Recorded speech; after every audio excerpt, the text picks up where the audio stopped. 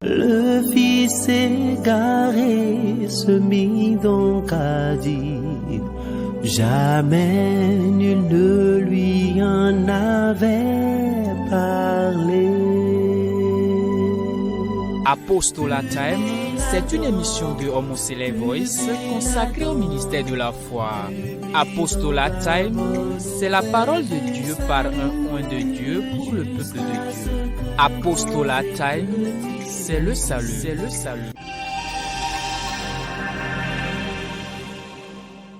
Bien-aimés en Christ, amis téléspectateurs de Homocélé Voice, nous voici encore devant vous aujourd'hui pour déceler le thème de la semaine intitulé « Dans le décompte de nos jours, nous pouvons acquérir un cœur sage ». Dans le décompte de nos jours, nous pouvons acquérir un cœur sage. Nous allons implorer la présence de Dieu parmi nous.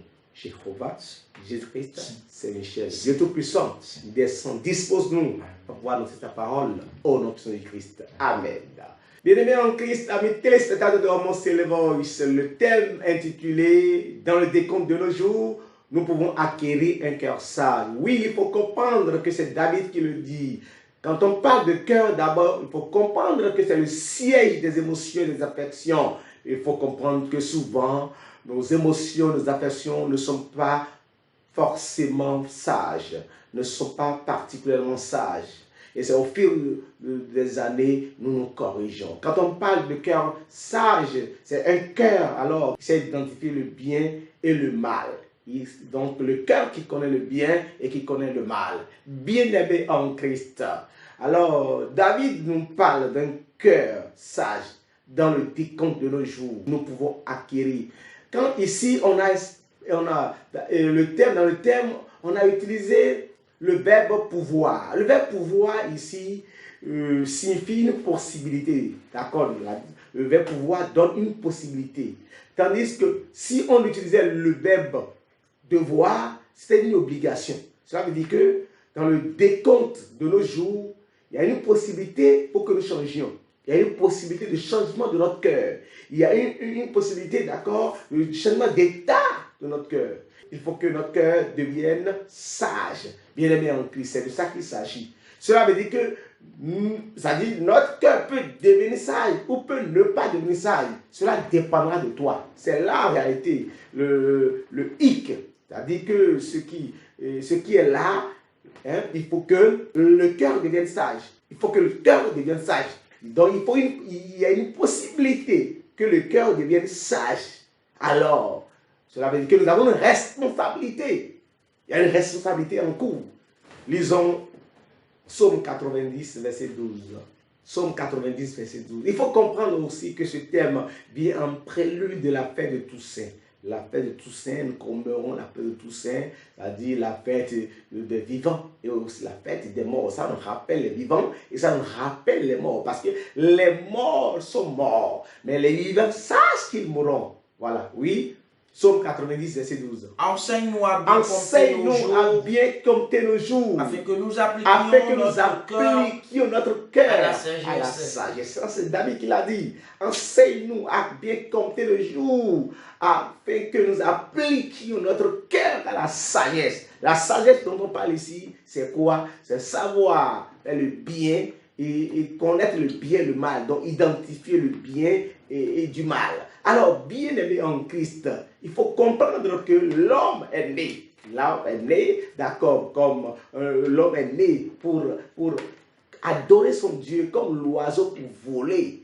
Hein, comme l'oiseau pour voler, comme le poisson pour nager dans l'eau. L'homme doit reconnaître son Créateur. C'est très important. L'homme doit reconnaître son Créateur. Bien-aimé en Christ, quand il s'agit du cœur sage, c'est quoi d'abord la sagesse? Quel est le commencement de la sagesse? Le commencement de la sagesse, il faut comprendre.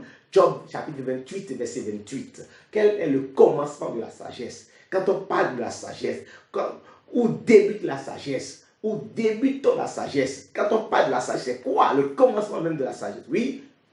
Puis il dit à l'homme, voici la crainte du Seigneur. Voici la crainte du Seigneur. C'est la sagesse. C'est la sagesse, merci. Alors, comme si nous voulons chercher la sagesse, nous devons craindre Dieu. Oh, la crainte de Dieu dont on parle ici, là, c'est quoi? Ce n'est pas avoir peur de Dieu, non. Mais c'est de le respecter, de l'honorer. c'est de le respecter, de l'honorer. Honore ton Dieu, c'est de l'adorer, c'est de reconnaître en réalité Dieu. Donc, lorsque tu vis, lorsque tu es sur la terre, il faut que tu reconnaisses l'existence de Dieu. Il faut que tu reconnaisses qu'il y a un être suprême, créateur sur la terre, qui gouverne. C'est lui que nous devons adorer, puisque tu es un homme. Tu es la ressemblance de Dieu. Tu dois rechercher celui qui est ton créateur. Et tu dois l'adorer, tu dois l'honorer, tu dois le respecter. Ce n'est pas une peur en tant que tel. La crainte de Dieu dont on parle, c'est le respect envers le créateur du ciel et de la terre. C'est le respect envers lui. C'est l'adoration que nous lui devons. Un homme sur terre doit reconnaître Dieu parce que nous sommes venus. La manière dont nous sommes venus, nous allons nous retourner. On va te demander un compte. C'est pourquoi David dit quoi?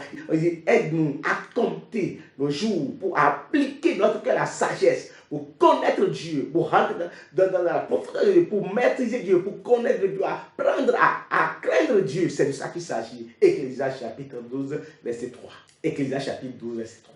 Mais souviens-toi de ton Créateur. Souviens-toi de ton Créateur. Pendant les jours de ta vie, lorsque tu es en forme, lorsque tu as les bras valides, lorsque tu peux louer Dieu, lorsque tu peux chanter le nom de Dieu, lorsque tu peux célébrer le nom de Dieu, lorsque tu peux adorer Dieu, oui, il faut que tu te souviennes de Dieu, que tu te souviennes de ton Créateur. Oui. Avant que les mauvais jours arrivent. Avant que les mauvais jours arrivent. Et que les années s'approchent. Et que les années s'approchent. Où tu diras. Je n'y prends point de plaisir. Ça dit que je n'ai plus la force d'adorer Dieu. Je n'ai plus la force d'aller à la répétition. Je n'ai plus la force d'aller à la messe. Je n'ai plus la force d'aller au cours biblique. Je n'ai plus la force de faire ci. Je n'ai plus la force de faire ça. C'est pourquoi Amos 8, verset 11 nous dit quelque chose de très important. Amos 8, verset 11. Voici les jours viennent. Voici les jours viennent. Dit le Seigneur. Dit le Seigneur. L'Éternel. L'Éternel. Où j'enverrai la famine. Alors Dieu dit, j'enverrai la famine. Oui, dans le pays, non pas la disette du pain, et la soif de l'eau, mais la faim, et la soif d'entendre les paroles de l'Éternel. Oui, allez-y. Ils seront alors errants d'une mer à l'autre, septentrion à l'Orient. Ils iront ça et là pour chercher la parole de Dieu. Alléluia. Et ils ne la trouveront point. Ils n'auront point cela. Ils n'auront point parce que ils ont détaillé la parole de Dieu. Ils ont méprisé l'appel de Dieu. Ils ont méprisé la présence de Dieu. Ah oui, l'heure viendra par des torches, par des lanternes, par des avions passés par là. Nous allons chercher la parole de Dieu et nous n'entendrons pas. Nous allons chercher la parole de Dieu par des torches, des lanternes, par des vols. Nous allons prendre des vols pour chercher la parole de Dieu. Le moment viendra. Mais nous n'allons pas trouver cela parce que Dieu a un temps fixé pour nous. Le moment était propice. Le moment était favorable. Nous avons détaillé Dieu. Nous avons détaillé la parole de Dieu. Nous avons méprisé la parole de Dieu. C'est de ça qu'il s'agit. Alors toi, jeune qui m'écoute en ce moment, il faut que ton cœur s'applique à la sagesse. Il faut que ton cœur s'applique à la sagesse. Et lorsque ton cœur s'applique à la sagesse, alors tu vas rechercher Dieu.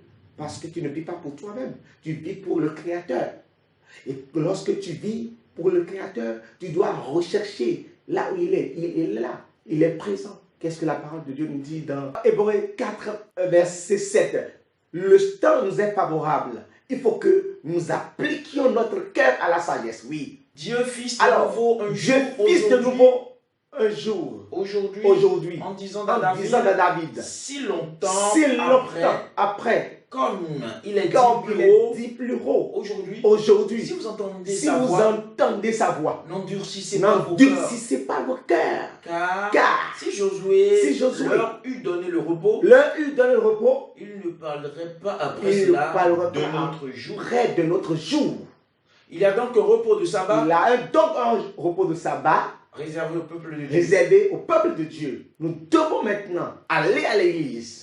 Nous devons chercher l'Éternel tant qu'il est près de nous. Nous devons chercher. Actes chapitre 17, verset 26. Il faut comprendre d'abord. Il faut comprendre que comme, d'accord, l'oiseau est attiré par le vent et que l'eau est attirée, et que l'eau attire le poisson, l'homme est attiré par le Tout-Puissant, Créateur du ciel et de la terre.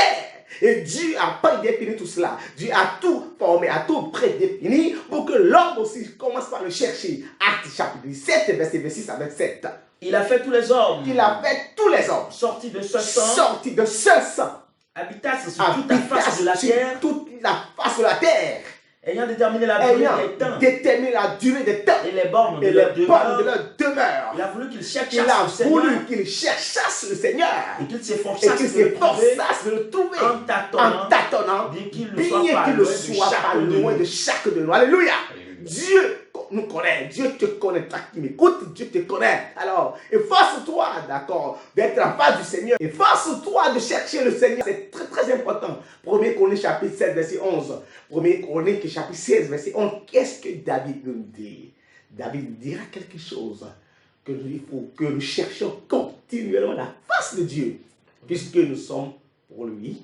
1 Chroniques 16, verset 11. Ayez recours à l'Éternel. Alors, ayez recours à l'Éternel. Et à son appui. À son appui. Cherchez continuellement sa face. Continuellement sa face. Il n'y a pas un temps de répit pour nous. Nous devons chercher continuellement la face de Dieu tel que nous vivons.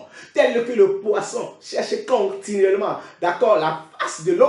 Et que l'oiseau cherche continuellement la face du vent, nous devons chercher continuellement la face de Dieu. C'est très important. Bien aimé en Christ, il faut comprendre cela. Il faut comprendre cela. Tant que nous vivons sur cette terre, nous devons marcher continuellement dans la face de Dieu. Parce que il faut savoir qu'un jour, nous devons partir.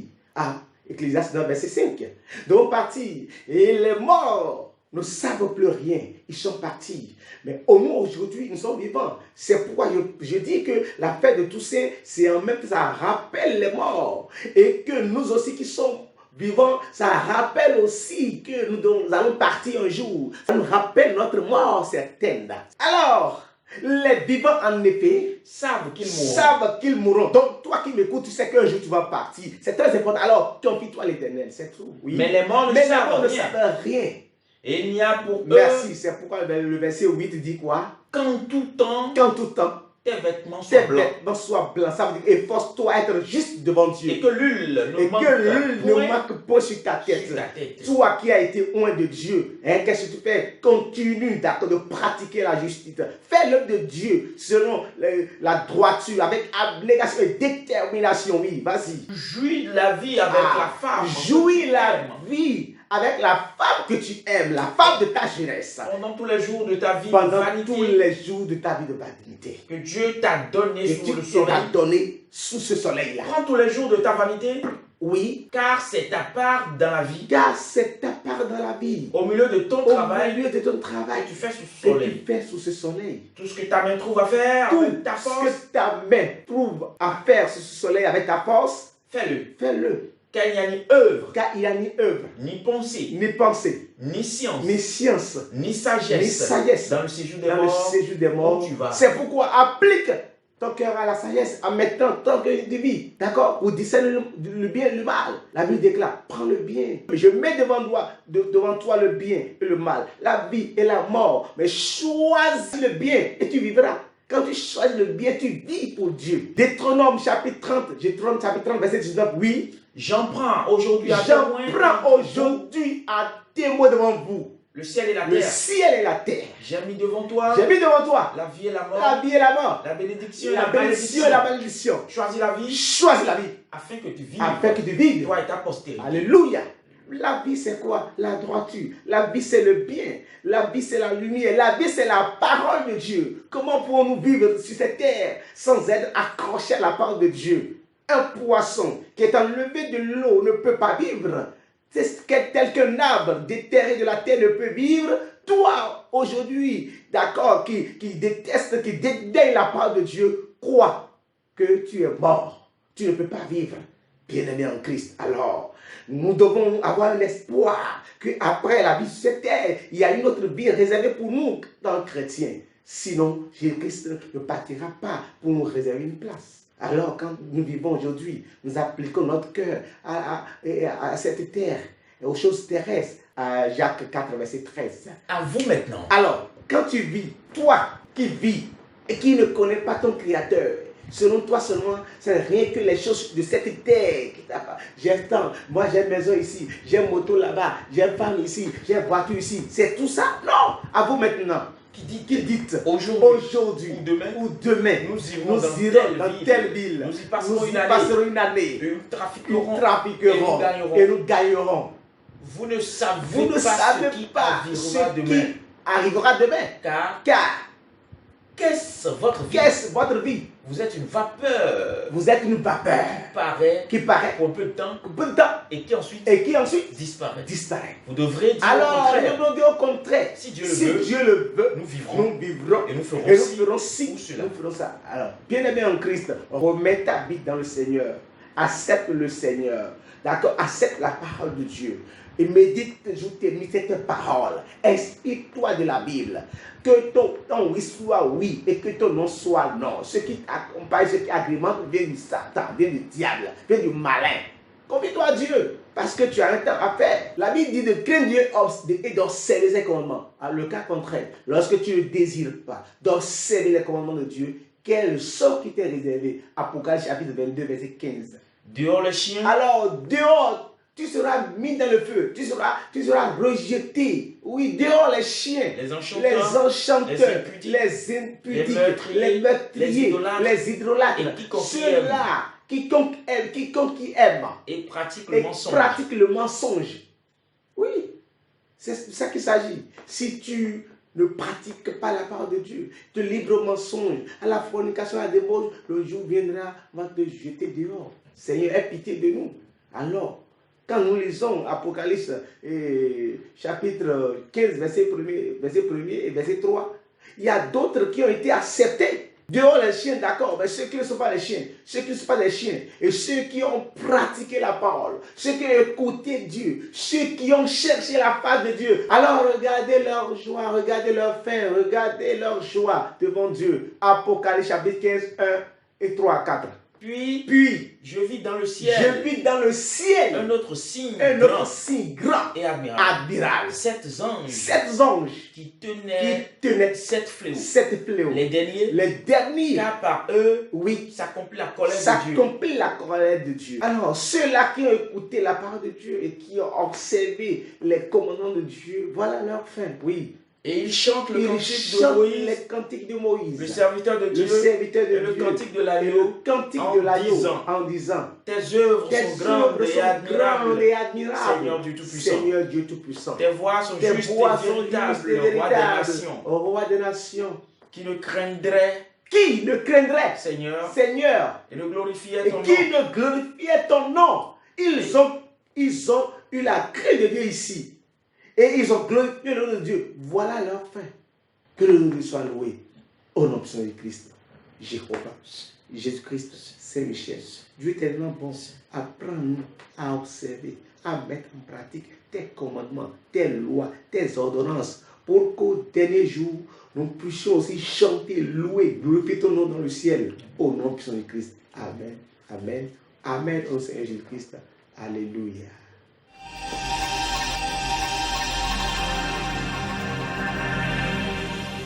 Le fils égaré se mit donc à dire, jamais nul ne lui en avait parlé. Apostolat Time, c'est une émission de Homosele Voice consacrée au ministère de la foi. Apostolat Time, c'est la parole de Dieu par un oint de Dieu pour le peuple de Dieu. Apostolat Time, c'est le salut.